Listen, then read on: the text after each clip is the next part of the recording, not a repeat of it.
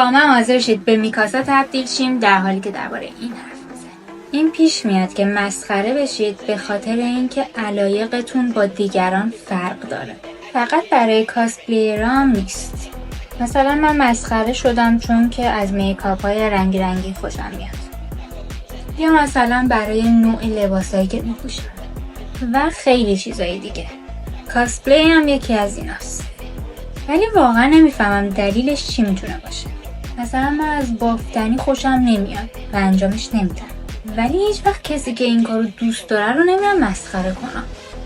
تازه برعکسش برام خیلی جالب و دوست دارم بیشتر دربارش بدونم. حتی ازشون میپرسم چیزایی که درست کردن رو نشون بدن. پس برام توضیح بدین. چرا باید یکی رو مسخره کنید چون سلیقش با تو یکی نیست؟ نظر شما چیه؟ و بهم بگید که دیگه به کی تبدیل شم؟